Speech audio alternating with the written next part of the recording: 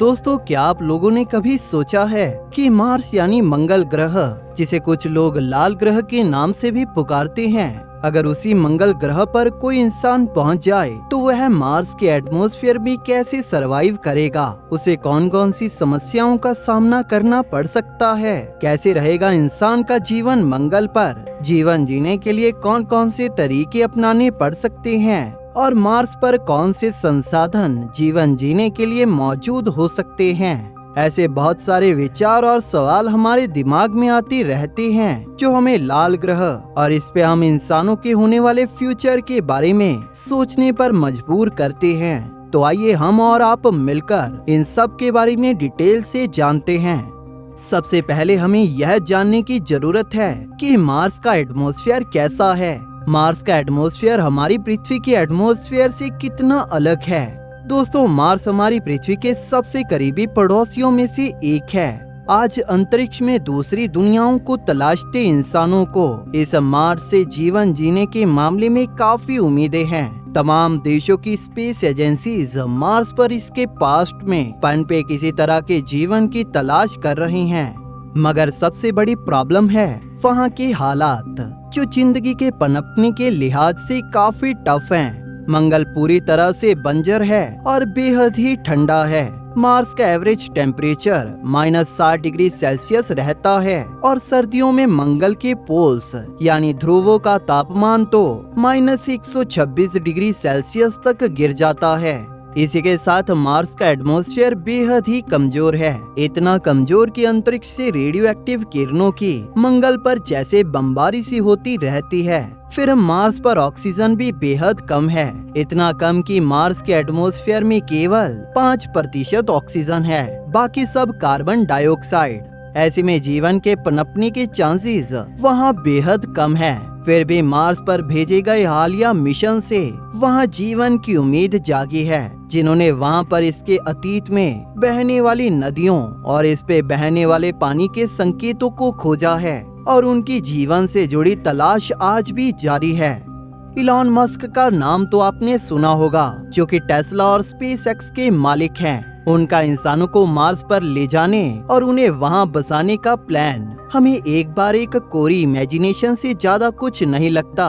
Elon Musk 2050 तक 10 लाख इंसानों को मार्स पर ले जाकर बसाना चाहते हैं। वो मंगल पर पूरी की पूरी इंसानों की बस्तियां बसाना चाहते हैं। लेकिन इलॉन मस्क के इस प्रोजेक्ट पर किसी को तब तक यकीन नहीं हुआ जब तक कि अमेरिका की स्पेस एजेंसी नासा ने इलॉन मस्क के मालिकाना हक वाली कंपनी स्पेसएक्स के इस मिशन को ज्वाइन नहीं कर लिया। नासा के स्पेसएक्स के इस मार्स मिशन को ज्वाइन करते ही लोगों को इलॉन मस्क के सपनों और इस प्रोजेक्ट दोनों पर यकीन हो गया, और जिसके बाद मंगल पर लोगों को जीवन की एक उम्मीद नजर आने लगी है। स्पेसएक्स पिछले कई सालों की मेहनत से रॉकेट टेक्नोलॉजी में काफी आगे निकल चुकी है। जैसे कि हम लोग जानते हैं कि इलॉन मस्क की दूसरी company Tesla electric auto pilot cars बनाने में भी एक्सपर्ट है। इसी तरह से स्पेसएक्स के रॉकेट को भी बनाया गया है, जो कम से कम फ्यूल कंज्यूम करता है और हमें स्पेस तक पहुंचाने की कैपेबिलिटीज रखता है। मंगल हमारी पृथ्वी से 6 करोड़ 20 लाख किलोमीटर दूर है। वहाँ तक इंसानों को पहुँचाने के लिए एक खास तरह की स्टारशिप बनाई जा रही है, जो टेस्ला में इस्तेमाल होने वाली बैटरीज पर ऑपरेटेड होगी, जो कि कम फ्यूल कंज्यूम करके इंसानों को मंगल तक पहुँचा देगी। लेकिन सोचने वाली बात ये है कि हम मंगल की बंजर जमीन पर इंसानों की बस्तियां क्यों बसाना चाहते हैं, क्योंकि ना ही मार्स पर सांस लेने के लिए पर्याप्त ऑक्सीजन है, ना ही खाने पीने के लिए कोई सामान, और ना ही वहाँ के -126 डिग्री सेल्सियस जितने ठंडे मौसम में रहने के लिए कोई घर। इतनी मुश्किलों के बाद भी मार्स पर इंसानों की कॉलोनीज बसाना पॉसिबल कैसे होगा? सबसे पहले ये जानने की जरूरत है कि जब हमारी पृथ्वी पर इंसानों को जीवन जीने के लिए सारे संसाधन मौजूद हैं, तो हमें मार्स पर जाने की क्या जरूरत है? कई सालों से हमारी पृथ्वी की हेल्थ से रिलेटेड जितनी भी रिसर्च चल रही है, उसमें से ज्यादातर रिजल्ट नेगेटिव आए हैं और हमारी पृथ्वी का टेम्परेचर हर साल लगातार बढ़ता जा रहा है, जिसे हम ग्लोबल वार्मिंग के नाम से भी जानते हैं, जो हमारे लिए एक समस्या बन गई है। और अगर ऐसे ही हमारी पृथ्वी का टेम्परेचर बढ़ता रहा तो आने वाले 150 से 200 सालों में टेम्परेचर इतना बढ़ जाएगा कि हम जिन गर्म इलाकों में रहते हैं वहाँ पर रहना पॉसिबल ही नहीं होगा। ग्लोबल वार्मिंग की वजह से ग्लेशियर्स भी लगातार पिघल रहे हैं, जिससे फ्लड, साइक्लोन्स और सुनामी जैसे खतरे बढ़ते जा रहे हैं। ग्लोबल वार्मिंग और पॉल्यूशन की वजह से हमारी ओजोन लेयर भी डैमेज हो चुकी है, जो लगातार और भी ज्यादा डैमेज होती जा रही है, जो कि हमारे सूर्य से निकलने वाली खतरनाक और जानलेवा अल्ट्रावायलेट रेज और रेडिएशन से हमें बचाती है। इसीलिए वैज्ञानिकों को डर है कि एक दिन हमारी पृथ्वी रहने के काबिल नहीं बचेगी। इसीलिए इंसानों को बचाए रखने के लिए हमारे वैज्ञानिक एक नए प्लेनेट की तलाश कर रहे हैं। हमारे दो सबसे नजदीकी प्लेनेट हैं वीनस यानी शुक्र ग्रह और मार्स। लेकिन हम वीनस पर इसीलिए नहीं जा सकते हैं क्योंकि वहाँ का टेम्परेचर इतना हाई है जिसमें लोहा भी पिघल जाए, और वहाँ पर होने वाली सल्फ्यूरिक एसिड की बारिश का तो क्या कहना। तो हमारे पास दूसरा ऑप्शन बचता है, जो है मंगल।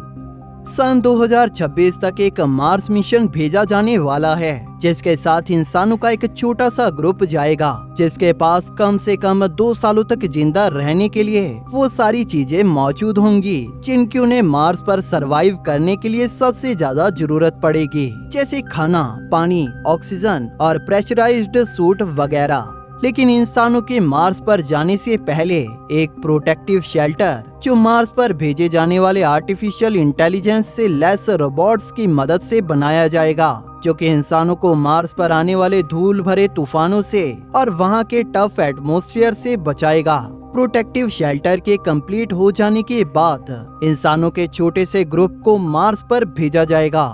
अब बारी होगी मार्स पर एक ग्रीन हाउस बनाने की, ताकि मार्स पर वेजिटेशन यानी सब्जियां उगाई जा सकें। शुरुआत में सिर्फ पोटैटोज और बीन्स लगाई जा सकेंगे। जैसे जैसे इनके पौधे बड़े होंगे वैसे वैसे इन पौधों से सब्जियों के साथ ऑक्सीजन रिलीज होगी, जिसकी मार्स पर सबसे ज्यादा जरूरत है।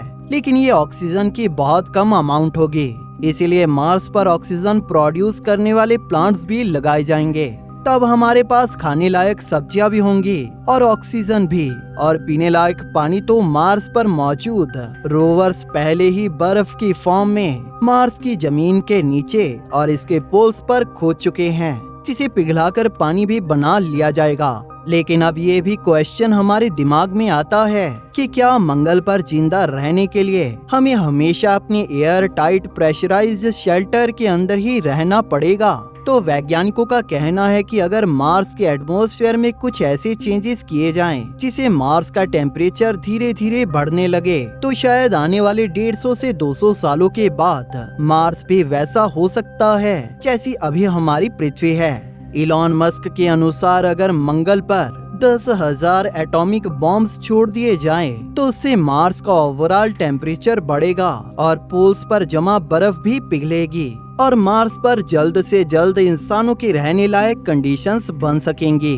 लेकिन ऐसा कुछ करने के ज्यादातर स्पेस एजेंसीज खिलाफ हैं। नासा और स्पेसएक्स का प्लान यही है कि पहले 2026 तक इंसानों के एक छोटे से ग्रुप को मार्स पर भेजा जाए और वो वहां पर एक्सपेरिमेंट करेंगे, और फिर हर 2 सालों में जब पृथ्वी और मार्स एक दूसरे के करीब आ जाते हैं, तब इंसानों के छोटे ग्रुप को ऐसे ही मार्स पर भेजा जाएगा। इस तरह से इलॉन मस्क और नासा मिलकर 2050 तक 10 लाख इंसानों को मार्स पर भेजना चाहते हैं।